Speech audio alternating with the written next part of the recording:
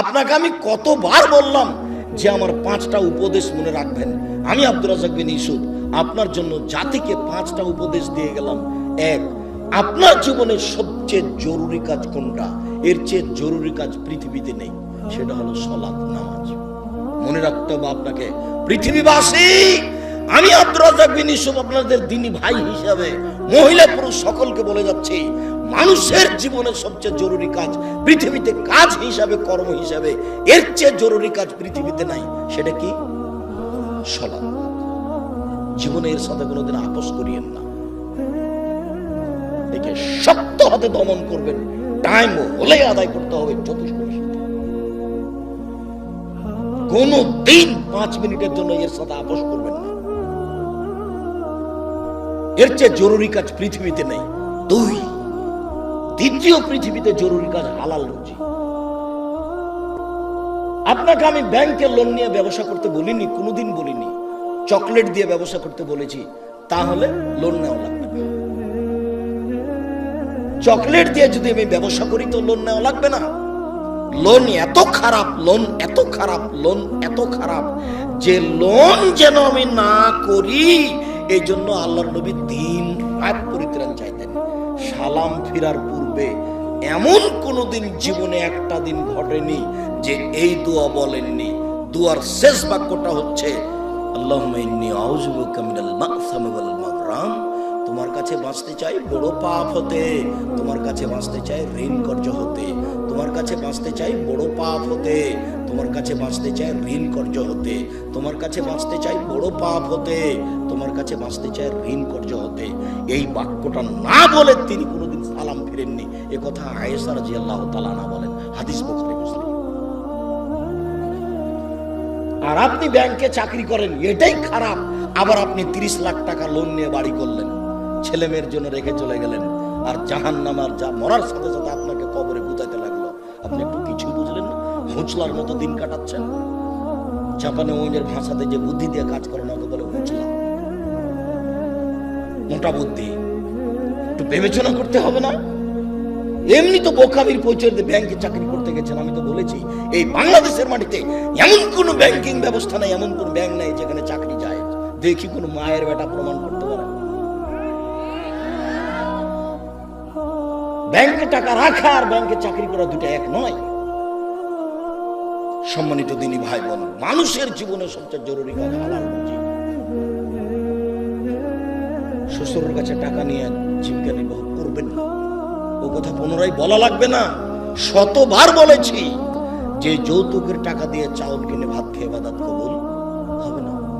ভিক্ষা করার টাকা দিয়ে চাউল কিনে ভাত খেয়ে ইবাদত কবুল হবে। আমি ভিক্ষা করব কেন? আমার গায়ে শক্তি আছে, কাজ করে খেতে পারি। তবুও ভিক্ষা করার টাকা দিয়ে চাউল কিনে ভাত খেয়ে ইবাদত কবুল হবে। যৌতুকের টাকা দিয়ে ভাত খেয়ে ইবাদত কবুল হবে না। চাউল কিনে ভাত খেয়ে ইবাদত কবুল হবে না। ওটা হারাম টাকা। যৌতুক শ্বশুরকে ফেরত দিতে হবে, এটা ভুলে গেছে। আর আগামীকাল সন্ধ্যা হতে হতে এই ছেলে, তোমাকে বলেছি শতবার, তোমার বাপ যেন তোমার ফুফুকে জমি ফেরত দেয়, হিসাব করে ভাগ করে দেয়। আগামীকাল সন্ধ্যা হতে হতে আপনি বোনের জমি দিয়ে দিবেন। আপনার বাপ মরা 10 বছর হলো। বোনের জমি মানে পরের জমি। পরের জমি খান কেন? শরম হয় না? আপনার ভাগ্য আল্লাহ লিখে দেননি?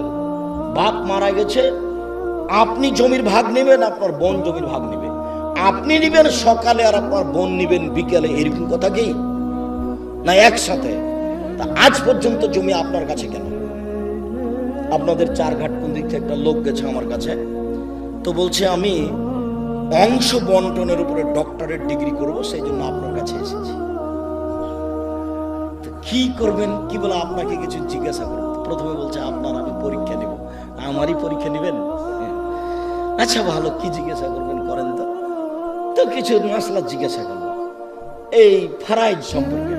করার পরে বলছেন আমাকে এটাই মনে হয় আমার পরীক্ষা। সেটা হলো এই, আপনার বাপ মারা গেছে না বেঁচে আছে? মারা গেছে।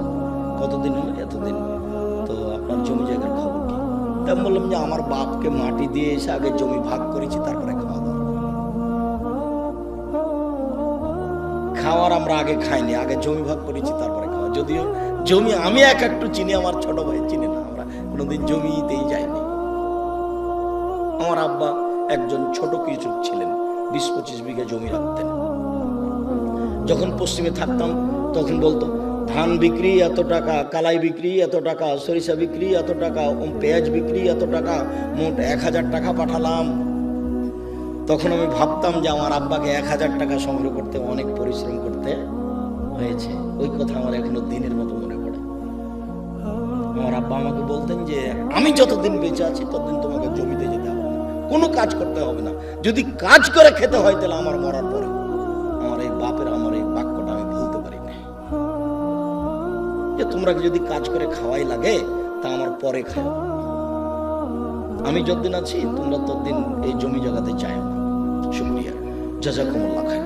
যেটা বলছিলাম হালাল রুজি, 3 কোরআন তেলাওয়াত, 24 ঘন্টায় একবার কোরআন মাজিদ তেলাওয়াত করবেনই, করতেই হবে, নাহলে কোরআন বিপক্ষে চলে যাবে।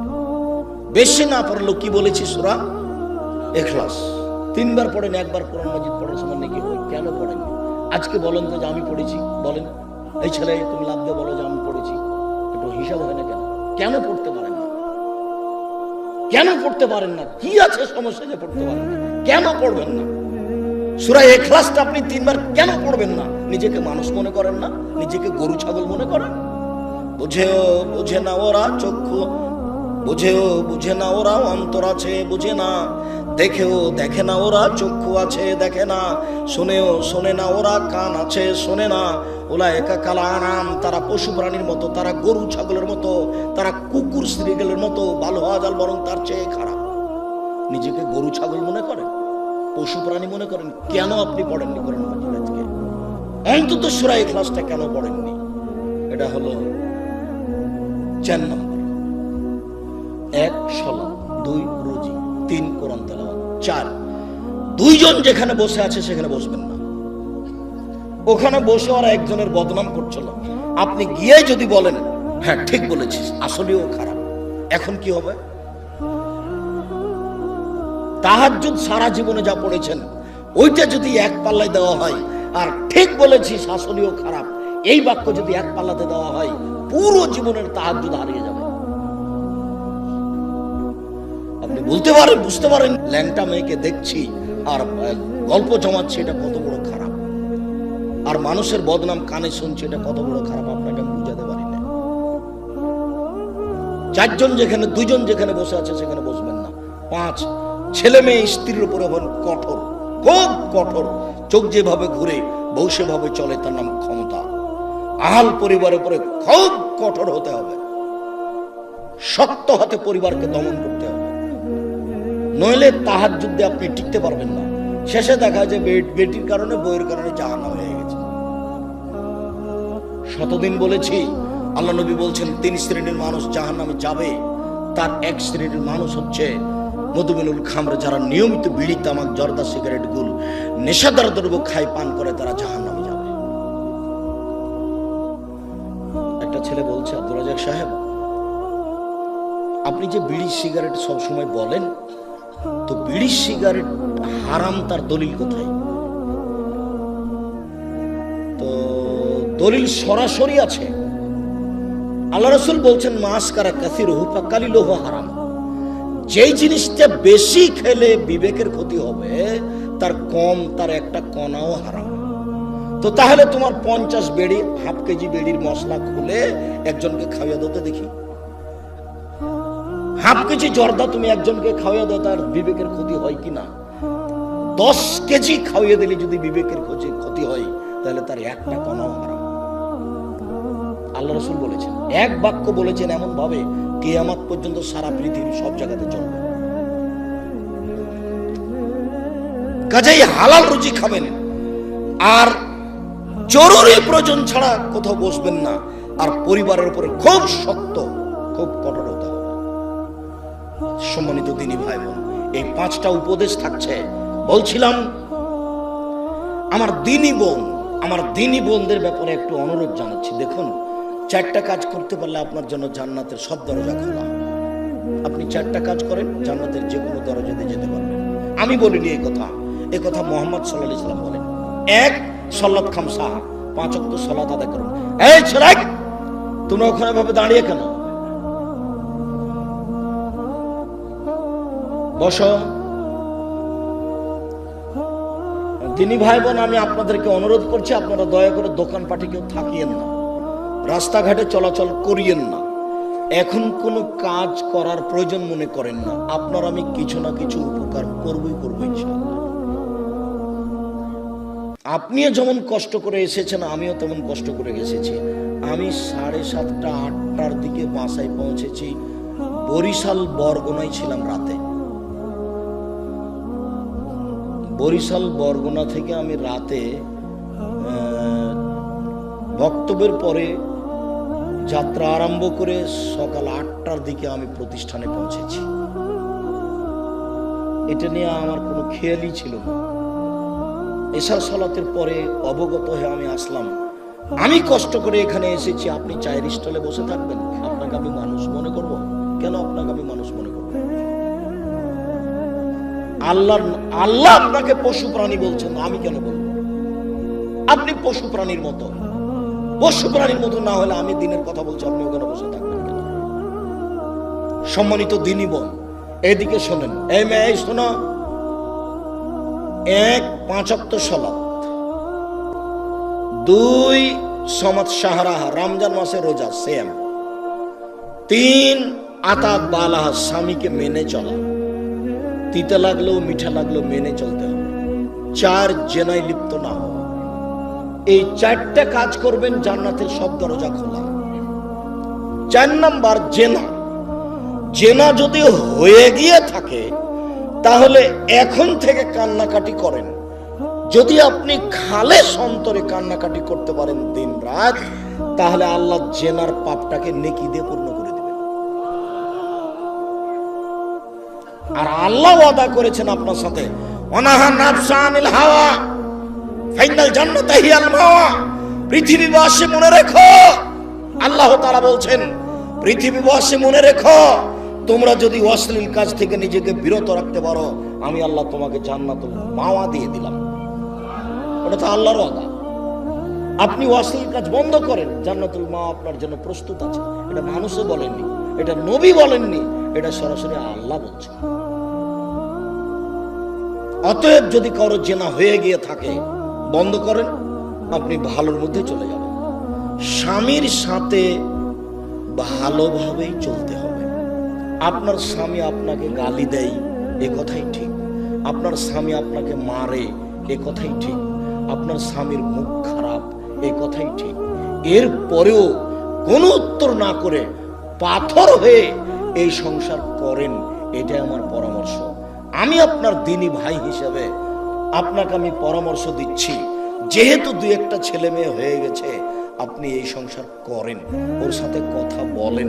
সপ্তাহ কথা বলেন না, রান্না বান্না করে ছেলের হাতে মেয়ের হাতে দিয়ে পাঠান। আর 1 গ্লাস পানি চাইলে সামনে গ্লাসটা রেখে ঠাক্কস করে রেখে দুদিকে হেঁটে চলে যান। এভাবে সংসার করলে আল্লাহ অসন্তুষ্ট থাকবেন, পরকাল জাহান্নাম হয়ে যাবে। এই সংসার করতে হবে না। আমার কথা আপনি মেনে চলেন, কষ্ট হোক, মুখ বন্ধ করেন, প্রতিবাদ করিয়েন না, তার সাথে মিশে চলেন, তার পায়ের নিচে দুনিয়া শেষ করে দেন, তাকেই ভালোবেসে দুনিয়া শেষ করে দেন, আপনার জন্য ভালো হবে, জান্নাত হবে। শেষ পর্যন্ত যদি বুঝেন যে সংসার হবেই না, তাহলে এভাবে ঝুলন্ত থাকতে হবে না, আপনি খোলা করে নেন। যে কোনো মহিলা যে কোনো স্বামীর সাথে খোলা করতে পারে, যে আপনার সাথে থাকবো না, চেয়ারম্যান হিসেবে ঠিক করে দেন, কাজী সাহেব ঠিক করে দেন, আমাকে একটা খোলা তালাক দিয়ে দেন, আমি আমার স্বামীর ভাত খাবো না। আপনি করেন, 1 মাস পরে অন্য জায়গাতে বিবাহ বসেন, কিন্তু ঝুলন্ত অবস্থায় ভাবে থাকিয়েন না। মাস বছর স্বামীর সাথে কথা বলবেন না, এটি ঠিক নয়। কষ্ট করে, গালি সহ্য করে, মায়ের সহ্য করে আপনি চুপচাপ থেকে সংসার মেনে নেন, আপনার জন্য ভালো হবে। যদি শেষ পর্যন্ত বুঝেন যে হবেই না, তাহলে 7 দিন পার করতে হবে না, সংসার বাদ দেন। 4টা কাজ করেন, জান্নাতের সব দরজা খোলা আপনার জন্য। আপাতত কথা শেষ, আপনি আমার দিনী বোন। 1 5 ওয়াক্ত সালাত, 2 রমজান মাসে রোজা, 3 স্বামীকে মেনে চলা, 4 জেনায় লিপ্ত না হওয়া। জেনা যদি ঘটেই থাকে তাহলে মরা পর্যন্ত কান্নাকাটি করেন, যা পাপ হয়েছে সেটা আল্লাহ নেকিতে পূর্ণ করে দিবেন ইনশাআল্লাহ। এবার আপনাদের সাথে একটু জরুরি কথা, যেটা আল্লাহ রাসূল বলেছেন, স্বামী হিসাবে, বাপ হিসাবে জরুরি কথা হচ্ছে, 1 যে মানের আপনি খাচ্ছেন বউকে স্ত্রীকে সেমানের খাওয়াবেন। 2, যে মানের কাপড় আপনি পরছেন বউকে স্ত্রীকে সেমানের পরাবেন। 3, কখনো কটু কথা বলবেন না। স্ত্রীকে কটু কথা বলা নিষেধ, গালি দেওয়া নিষেধ, নিন্দা করা নিষেধ। শ্বশুর শাশুড়ির ব্যাপারে মন্তব্য ভুলেও কোনোদিন ঘুমের ঘরও করবেন না। শ্বশুর শাশুড়ির বিরুদ্ধে কোনোদিন কথা বলবেন না। স্ত্রীকে কখনো কটু কথা বলবেন না। বলবেন না ভুলে যে তোমার রংটা কালো, বলবেন না ভুলে যে তোমার ঠোঁটটা মোটা। একবার যদি ঠোঁট মোটা বলেন 10 বছর আপনাকে ভালোবাসবে না। ওরা হচ্ছে কম বুদ্ধির প্রশংসা প্রিয় মানুষ, সব সময় প্রশংসা করে, তুমি খুব ভালো, তুমি খুব ভালো। তোমার মতো কোনো মেয়ে দেখি না, সারা রাত পাটি পেতে তার কাছে সেবা নেওয়ার চেষ্টা করেন, কটু কথা বলিয়েন না। 4, মুখের উপরে মারবেন না, কোনো সময় না, মুখের উপরে মারবেন না। গালে থাপ্পড় মারবেন না, আল্লাহর নবী নিষেধ করেছেন কঠিন। 5, ওলা তাত্র খাইল্লা ফিল বাইতে, নিজের বাড়ি ছাড়া কোথাও থাকতে দিবেন না। যেতেই পাবে না খালার বাড়ি, ফুপুর বাড়ি, মায়ের বাড়ি, নানির বাড়ি, কোনো বাড়ি যেতে পাবে না। বিবাহের বাড়ি তো অসম্ভব, হতেই পারে না। দাওয়াত দিয়েছে আপনি যাবেন, আপনার ছেলে যাবে, আপনার বউ যাবে কেন? বিবাহের বাড়িতে গেলে স্বামীর সংখ্যা বেশি হয়ে যায়। কমিউনিটি সেন্টারে যাওয়ার কোনো প্রশ্নই আসে না, বাজারের তো কোনো প্রশ্নই আসে না। পুরুষের পরিচয় দিবেন, কই আমরা তো কোনোদিন বাজারে যাই না, আমরা তো বেঁচে আছি দুনিয়াতে। আমাদের আহাল পরিবারের তো কোনো সময় বাজারে যায় না, আমরা তো আছি দুনিয়াতে বেঁচে। আপনার বউ কেন বাজারে যাবে? কেন? কাপুরুষ আপনি? বেটা মরে গেছে, স্বামী মরে গেছে, আপনি মারা গেছেন, আপনার ছেলে মারা গেছে, কেন আপনার বউ বাজারে যাবে? নিজেকে পুরুষ মনে করেন না? এই 5টা জিম্মেদারি পালন করবেন। 5ম নম্বরটা খুবই শক্ত। এটাই ছিল 5টা উপদেশের শেষ। স্ত্রী পরিবারের উপর কঠোর হতে হবে, আপনার কথাই চলবে এই বাড়িতে। তাকে কোনোদিন কাপড় কিনতে দিবেন না যতদিন পর্যন্ত না বুঝেছে যে আপনি মোটা কাপড় কিনলো আমার কাছে মিঠে, চিকন কাপড় কিনলো আমার কাছে মিঠে। যতক্ষণ পর্যন্ত আপনার স্ত্রী এইটা না বুঝেছে ততক্ষণ পর্যন্ত সংসারে শান্তি আসবে না। আপনার প্রত্যেকটা কাজের উপরে তাকে খুশি থাকতে হবে যে আপনারটা ভালো, আমার ভালো। আমি নিজে থেকে বাজার করতে যাব, আমি কাপড়টাতে হাত দিয়ে দেখবো যে চিকন নয়, তখন এভাবে ছুঁড়ে মারবো, এই সংসার ভালো হবে না।